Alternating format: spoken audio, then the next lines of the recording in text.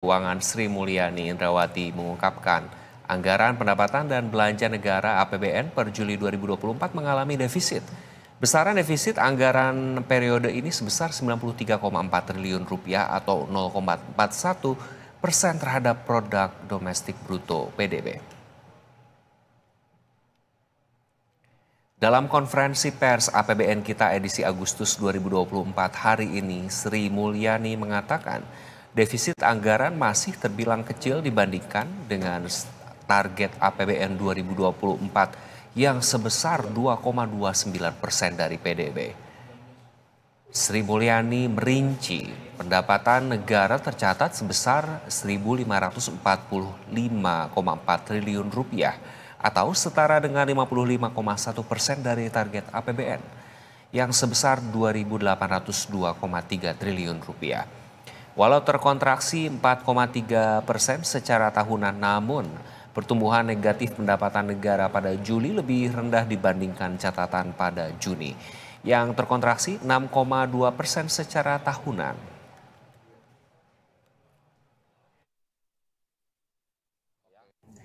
Kemudian dari total postur, bulan Juli kita mengalami defisit 93,4 triliun atau 0,41% dari GDP.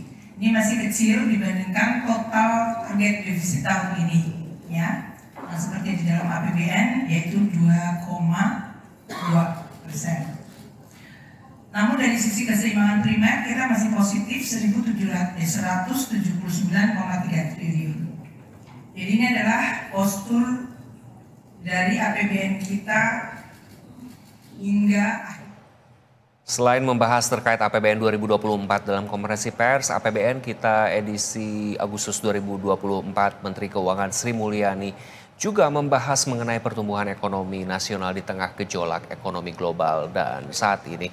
Dan untuk mengetahui update perpanjangan Kemenkyu terhadap kondisi ekonomi saat ini, baik dalam maupun luar negeri, telah terhubung dengan reporter kami Rama Sukarta yang akan melaporkannya langsung dari lokasi konferensi pers APBN Kita diadakan.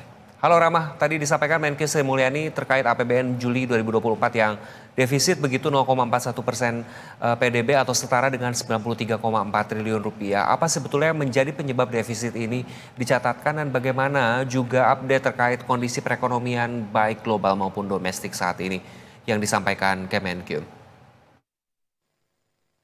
Ya, selamat siang Iqbal dan pemirsa. Betul sekali, pada konferensi pers APBN Kita edisi Agustus 2024 ini Menteri Keuangan Sri Mulyani menyebut adanya defisit dari APBN, di mana berdasarkan postur APBN bulan Juli terdapat defisit anggaran sebesar 0,41% dari PDB atau senilai 93,4 triliun rupiah.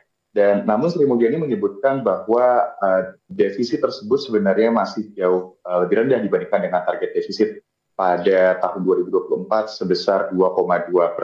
Dan secara garis besar, Sri Mulyani ini meyakini bahwa kinerja APBN hingga Juli 2024 masih terjaga dengan baik, didukung juga oleh belanja negara yang optimal sebesar 1.638 triliun rupiah atau sebesar 49,3% dari pagu.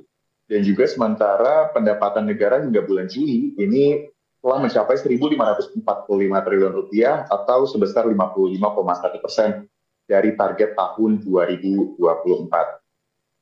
Dan selain memberikan keterangan terkait dengan pertumbuhan ekonomi Indonesia yang dirasa masih optimal oleh Menteri Keuangan Sri Mulyani, ini Sri Mulyani juga memberikan statement terkait dengan volatilitas yang terjadi pada pasar keuangan, di mana juga kita ketahui Iqbal dan pemirsa, pada pekan lalu ini indeks harga saham gabungan bergerak cukup volatil, melemah dari yang sebelumnya di level 7.300-an, kemudian dibuka pada hari Senin yang lalu, pekan lalu ini langsung menembus ke level 7.000, di mana ini dikarenakan oleh adanya volatilitas dari Amerika Serikat, di mana investor dan juga pelaku pasar global mencerna merespon adanya isu bahwa Amerika Serikat akan dilanda resesi, yang mana ini Sri Mulyani juga menyebutkan bahwa para investor ini berspekulasi bahwa The Fed sebagai Bank Sentral Amerika Serikat ini mungkin akan melaksanakan pertemuan emergensi yang mana sebetulnya ini pada akhirnya tidak terjadi. Dan meski demikian, Sri Mulyani juga memberikan beberapa statement bahwa yang memastikan bahwa memang pada saat ini meskipun perekonomian Indonesia hingga triwulan kedua ini masih disebut sebagai terjaga situasinya, namun kita masih harus waspada terkait dengan adanya ketidakpastian, krisis yang terjadi di global seperti tekanan geopolitik di Timur Tengah dan juga perang dari Rusia dan juga Ukraina yang sedang tereskalasi. Kemudian juga ada isu dari Tiongkok yang mana prospek pertumbuhannya melemah yang menjadi pemberat ini adalah masih krisis properti yang melanda sejak pandemi COVID-19 dan juga ada dari Eropa yang masih melakukan pemulihan ekonomi yang masih lemah dan juga fragile. Kita akan pantau terus bagaimana perkembangan dari APBN kita. Iqbal, balik ke studio. Terima kasih Rama Soekarta atas laporan Anda langsung dari konferensi pers mengenai APBN Republik Indonesia 2024.